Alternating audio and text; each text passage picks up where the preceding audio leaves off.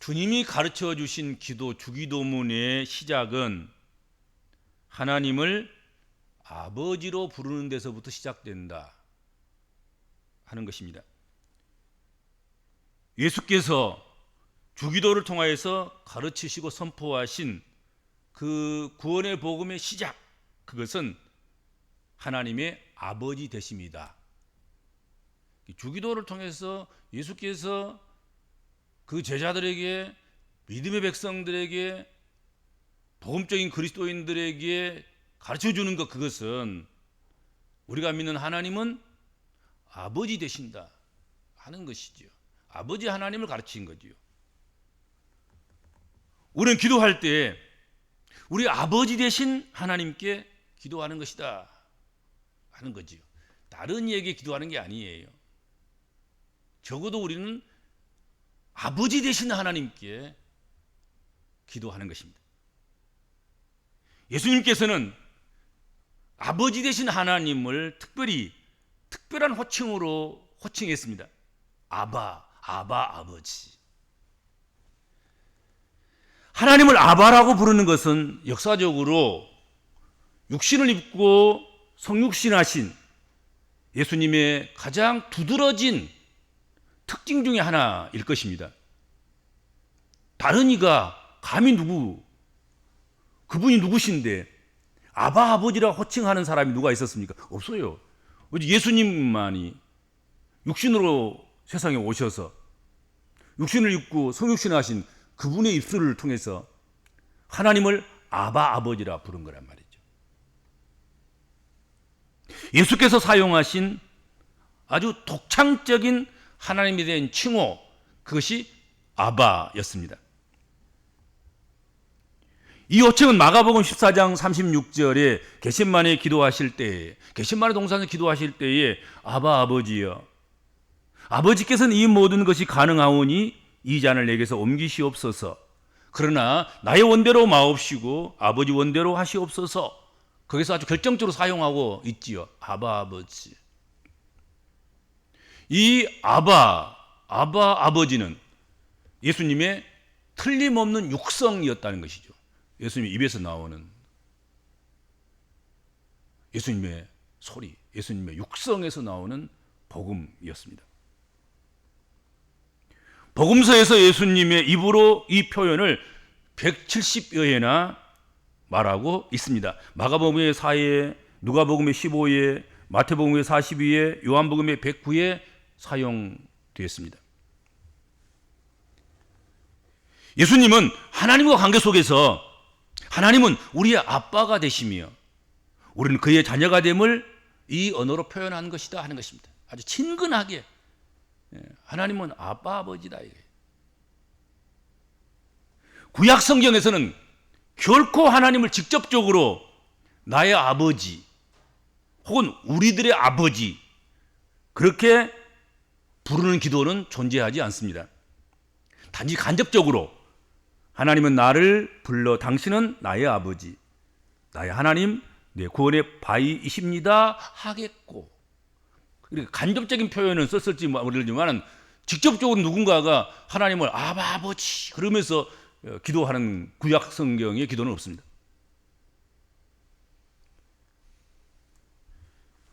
역사적 예수의 입장에 신학을 학문적으로 신약을 공부한 또 그것을 가르친 많은 교수가 있겠지만 그 중에서 에레미야스 교수라는 사람이 있는데 이 사람은 이 아바라는 이 아빠라는 이 말, 이 호칭, 이것은 소와 언어, 일상의 공손함의 표현이었고 예수의 동시대인들의 감각에는 하나님을 이와 같이 스스럼 없는 말로 부르는 것은 불경스러운 일로, 실로 생각할 수 없는 일로 느꼈을 것이다. 그렇게 지적했습니다. 누가 감히 하나님을 향해서 아빠라고 할 수 있느냐? 그때 당시는 좀 하나님을 거룩하게 불러야지 거기다가 대고 아빠라고 하면 대단히 일상적이지 않는 어린아이가 마치 지금 언어가 잘 발달되지 않아서 아빠 엄마 소리밖에 못하는 할아버지도 할아버지라고 못하고 지금 합의하는 그 정도 수준에서 지금 그렇게 부르는 아주 그런 언어에 불과한 것이다. 그렇기 때문에 아바라는 말이 예수님 아니면 누가 하겠냐 그지. 육신을 입고 오신 하나님의 독생자 그분이나 되니까 하나님을 향해서 아빠 아버지 이렇게 하는 거지. 그렇죠. 그래서 이 말은 예수님의 육성이며 예수님의 전용어였음이 분명하다. 그렇게 예레미야서 교수는 주장하는 거예요. 봐라 이러니까는 예수가 하나님의 아들이시지. 그분 아니고서야 누가 지금까지 구약 성경에서 누가 창세로부터 시작해서 지금까지 하나님을 향하여서 아빠 하나님, 아바 아버지 이런 사람 누가 있었냐? 선지자가 있었냐? 예언자가 있었냐? 누가 있었냐? 오직 예수밖에 없었다. 그렇게 주장하는 거지요. 이처럼 아바는 예수님께서 하나님을 호칭할 때 사용하는 독창적인 것이었습니다. 대부분의 유대인들은 하나님을 자비로운 아버지로 보다는 위에 계시면서 율법을 통하여 다스리시는 강권적인 분으로 생각했습니다. 이게 구약적인 하나님의 모습이었죠. 아주 무서운 하나님, 두려운 하나님, 강권하시는 하나님, 아빠도 보통 아버지가 아니라 늘 헤쳐들고 계시는 하나님, 그런 아버지, 이것만 생각하는 거지요, 많이. 그래서 하나님에 대한 인격적인 사랑이나 신뢰는 없어지고 그 대신 율법이 그들의 신앙과 생활의 중심을 차지했으며 그들의 신앙은 결국 공로주의가 됐고 율법을 눈가림으로만 지키려는 위선주의, 형식주의가 팽배하게 되었다 하는 것입니다. 하나님 무서운 하나님으로 보면 무서운 하나님 앞에 안 들키면 되고 안 들키기만 되는 뿐만 아니라 또 그분에게 잘 보여가지고 그것이 공로가 되고 실적이 되고 뭐 이런 위선과 형식의 신앙생활을 하게 되는 그런 원인도 됐다 하는 것입니다. 예수님은 이러한 유대주의적인 신앙의 병폐를 가장 마음 아파하셨으며 그래서 그들의 하나님에 대한 인식을 아주 수정하신 것입니다. 하나님은 보통 그 무섭고 두려운 하나님이 아니라 그냥 그렇게 거룩 뭐 하나님 앞에다가 뭐 몽땅 뭘 붙여야만이 기도를 들으시는 그런 하나님이 아니라 그냥 하나님은 그냥 아빠 아버지 그렇게 불러도 하나님은 기도에 응답하시는 좋으신 하나님, 우리의 아버지가 되신 하나님이시다 이거지요. 예수님이 하나님을 아바 아버지라고 호칭하는 것은 그가 하나님과 새로운 관계 속에 있음을 명백히 하게 하신 것입니다. 기독교 전통에서는 하나님을 아버지로 자신을 아들로 말하는 것은 대단히 자연스러운 일일지 모르겠지만 유대 전통에서는 그렇지 않다 하는 것이죠. 누가 감히 전능하신 하나님을 아빠 아버지라 부르냐? 못 부른 거지요. 사실은 하나님 이름조차도 못 불러가지고 벌벌 떨다가 하나님 이름이 나오면 서기관들도 그 미시하고 아름다운 붓을 들어서 그 하나님 이름을 쓰려가다가도 겁나고 두렵고 무서워서 그 붓을 놓고 가서 다시 손 씻고 목욕하고 그리고 와서 하나님 이름을 쓰는 거예요. 그리고 이제 그것도 나중에는 이제 모음을 다 빼고 자음만 쓰기 생각하는 거예요. 그래서 나중에는 그 모음이 무엇인지도 모르가지고 이제 하나님 이름조차 잊어버리는 이제 이런 경우가 극단적인 경우가 발생하게 되는 것이죠.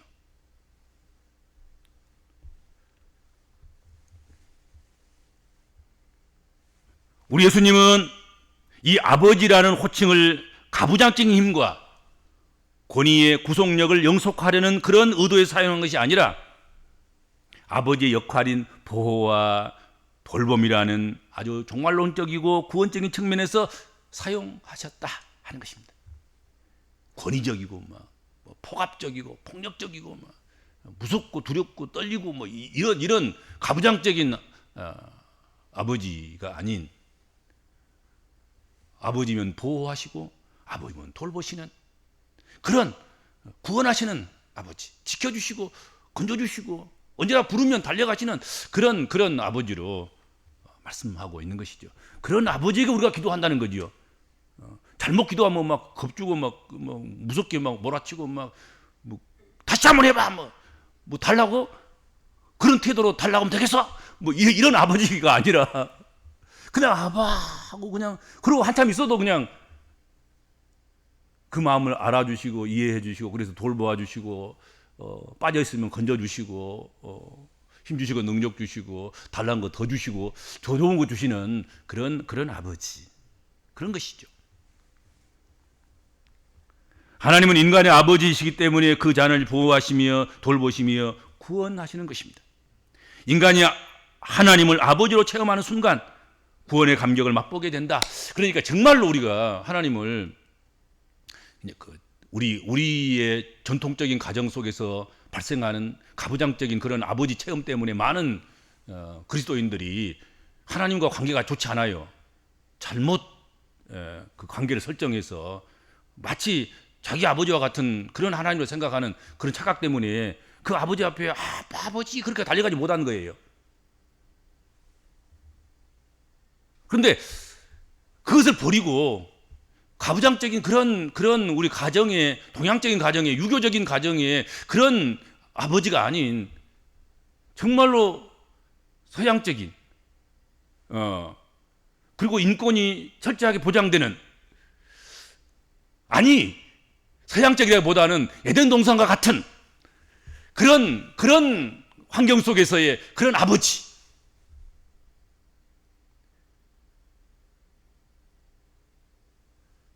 그 아버지를 체험하는 순간 여러분 구원의 감격이 있는 것 아니겠습니까?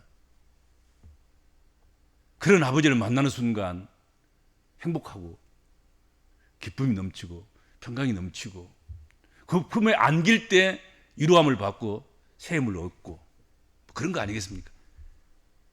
근데 우리 그 유교적인 전통 특별히 동양적인 그것도 특별히 한국이라는 이런 환경 속에서 형성된 가정에서 아버지를 경험했던 그런 사람들이 하나님과의 관계가 잘 안 되는 경우가 많습니다. 아버지하고 이렇게 달려가서 목을 껴안는다거나 뽀뽀를 한다거나 이게 잘 안 되는 거예요. 그렇죠? 불행한 거예요, 사실은. 불행한 거예요. 막 서구 사람들은 막 그냥 아버지하고 아들하고도 그냥 막 뒤궁굴고 막 그냥 아들이 아버지 앞에서 뭐 별짓 다 하고 다 그러잖아요. 그래도 다 용납하고 다 그러잖아요. 근데 우리나라는 그 어림도 없어 그러면 이건 막무가내이고 또 막가는 인생이고 마치 버릇없는 그런 존재고 그렇게 해가지고 아주 엄격하게 제한받고 제재받고 벌 서야 되고 꾸중 들어야 되고 그런 거지요. 그렇죠. 그런데 그런 아버지가 아닌 내 허물과 죄악까지도 다 용서하시고 용납하시고 그다 받아들여 주시고 내 어린 양까지도 다 받아주시는 그런 아버지. 그걸 경험해야 된다는 거죠. 그래야지 우리가 아버지한 경험이 새로운 경험이 되는 것이고 그 가운데서 그런 아버지를 경험하는 가운데서 우리가 구원의 기쁨을 느끼는 것이고 구원의 감격을 누리게 되는 것이고 그렇게 되는 것입니다. 한 걸음 더 나아가서 예수님은 아버지를 잃은 자의 아버지로 성경에 제시하고 있습니다. 아버지가 다 갖다가 다 허비해버리고 나중에는 돼지나 먹는 지엄념이나 먹고 있고 그래서 거지처럼 거지보다 더 못한 그런 모습으로 돌아오는 그런 탕자의 아버지. 그게 예수께서 아버지 하고 부르는 우리에게 소개해 주시면서 너희는 이렇게 기도하라. 너희는 하나님을 아버지라고 부르라. 아버지 하나님이여 하고 기도해라. 그 아버지가 바로 탕자의 아버지인 것입니다.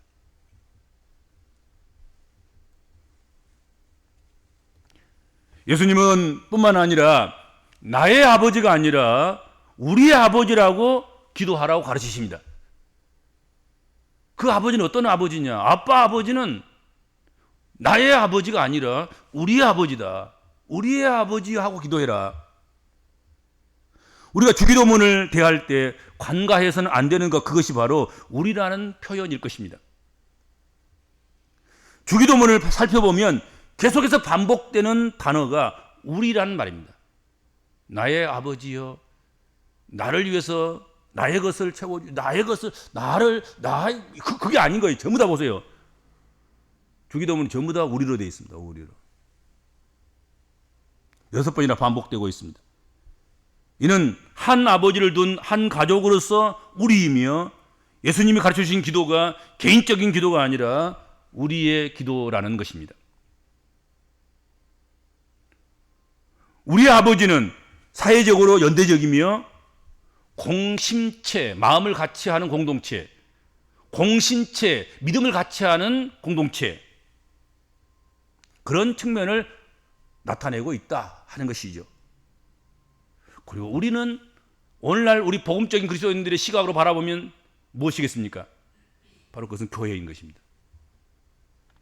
즉 주기도문은 우리의 기도이며, 우리가 해야 될 기도이며, 우리는 곧 교회이며 교회의 기도다 하는 것이죠. 왜냐하면 한 사람이 믿음으로 성도가 되는 순간 그는 개인으로 존재하는 것이 아니라 하나님을 한 아버지로 모시는 하나님의 가족, 영적 가족, 교회적인 존재가 되는 것이다 하는 것입니다.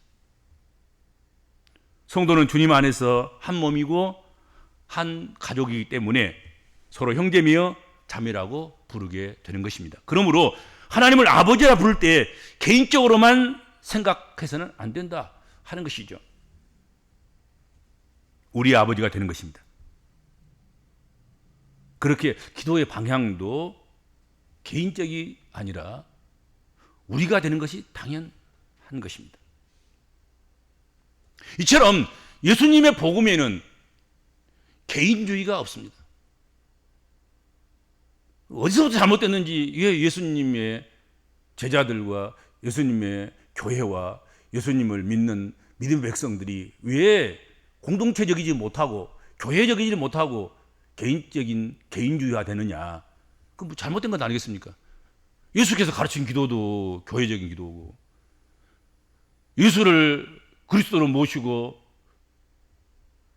하나님을 아버지라고 부르는 가운데 우리는 다 우리가 되는 것이고, 교회가 되는 것이고, 교회적이 되는 것이고, 영적 가족이 되는 것이고, 형제가 자매가 되는 것인데, 그렇지 않겠습니까? 그렇죠?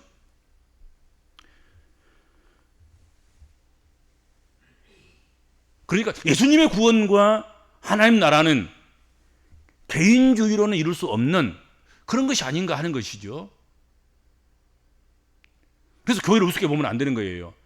교회가 없어도 개인적으로 구원받겠다 생각, 그건 뭐 잘못됐을 거예요. 우리는 교회를 통해서 구원받습니다. 교회에 속해 있어서 그리스도께서 머리 되시고 교회가 그 몸이고, 그리고 그 몸의 지체에 붙어 있기 때문에 나무의 가지로서 우리가 사시사철 푸르고 꽃을 피우고 열매를 맺게 되는 것입니다. 교회론이 잘못되어 있기 때문에 뭐 교회를 대충 해서 어떻게 하나 세워가지고 또 그냥 마음에 안 들면 어떻게 교회를 해체시키고, 뭐 이런 어떤 문화와 풍속 속에서 교회를 우습게 보는 사람들에 의해서 아주 개인주의적인 그런 신앙생활을 하는 사람들이 들어있는데, 교회와 관계없이 나는 교회와 동떨어졌어도 구원받을 수 있고 뭐 다 복받을 수도 있고 뭐 그런다 생각하는 이 잘못된 것들이 스며들어서 문제가 발생하게 되는 것 아니겠습니까? 그렇죠? 주기도문은 하나님 나라를 이루는 기도이며, 하나님 나라는 사회적이고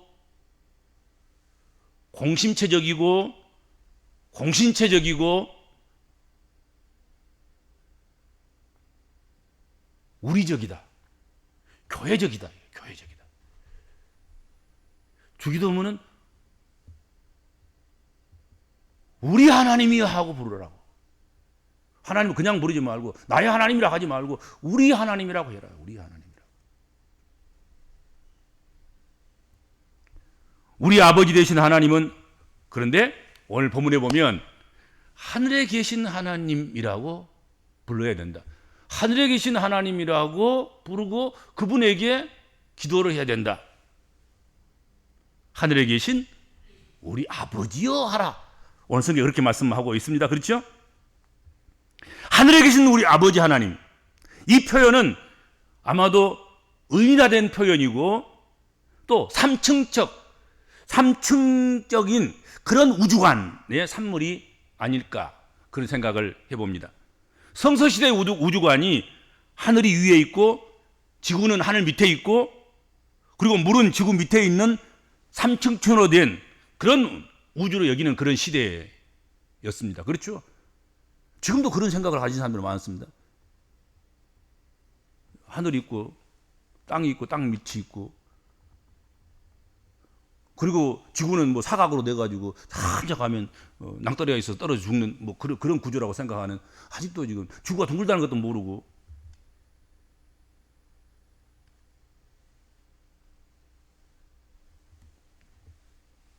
그래서 하늘에는 마치 백발노인과 같은 하나님이 자정에 계시고 땅에는 사람들을 비롯해서 생물들이 살고 땅 아래에는 지옥으로 온갖 죄인들의 영혼과 원수 마귀들이 있는 그런 사고 구조를 가지고 있는 사람들이 지금도 있을 거란 말이죠. 성서의 기록 시대는 당연히 그런 시대이고, 그러니까 아무리 성령께서 기록자들의 마음을 움직이셔서 기록하게 해도 그것을 기록하는 사람과 그것을 읽는 사람들이 삼층천의 구조로 이해하고 있고 그렇게 살아가는 거예요. 그렇죠? 성경은 바뀐 게 하나도 없어요. 근데 지금 성경을 읽는 사람들은 삼층천 구조를 가지고 세계를 이해하지 않죠. 우주를 이해하지 않는 거예요.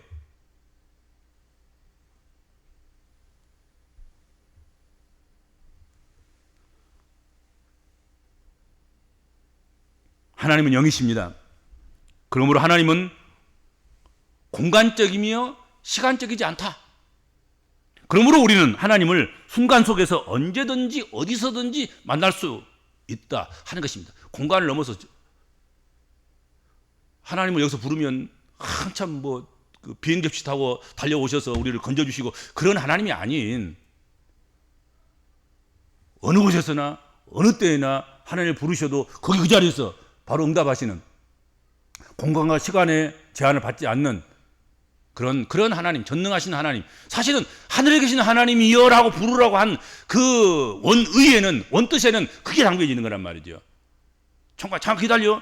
옷 갈아입고 비행기 타고 하늘 접시 타고 막 달려갈 테니까 항상 기다려야 돼. 뭐 이런 것이 아니란 말이죠. 그러므로 하늘에 계신이란 이 말은 상한 감정을 가진 땅에 있는 인간적인 아버지와 같지 않는 온전한 아버지라는 의미일 것이다 하는 것입니다. 어린아이가 아바 아버지라 부르는 것처럼 그렇게 부를 수 있는 하나님이시지만 대단히 그런 아주 자비롭고 애정이 많으시고 아이의 손때 묻은 사탕까지 주시면 받아 먹으시면서 그걸 고맙게 여기시면서 자식을 사랑하시는 그런 아버지이시지만, 그렇게 부를 수 있는 아버지이시지만 이 세상의 아버지들과는 달리 하늘에 계신 초월적인 그런 전능하신 하나님이시다 하는 것입니다. 그래서 아버지 하나님을 하늘에 계신 하나님이라 불러라 이게요. 육신의 아버지, 공간적인 아버지, 시간적인 아버지라고 부르지 말고 하늘에 계신, 꼭 그걸 붙여라. 그렇게 말씀하신 거지요. 이해가 되지요? 그러므로 하늘에 계신 하나님은 모든 피조 세계를 초월해서 시간과 공간의 제약을 받지 않으시고 모든 만물을 다스리시고 통치하시는 전능하신 하나님을 표현하는 것이다. 그렇게 이해하면 되겠습니다. 공간적인 하나님, 시간적인 하나님, 인간적인 그런 아버지나 뭐 그런 한계점 뭐 이런 것들을 다 초월하고 더 뛰어넘어서 전능하시고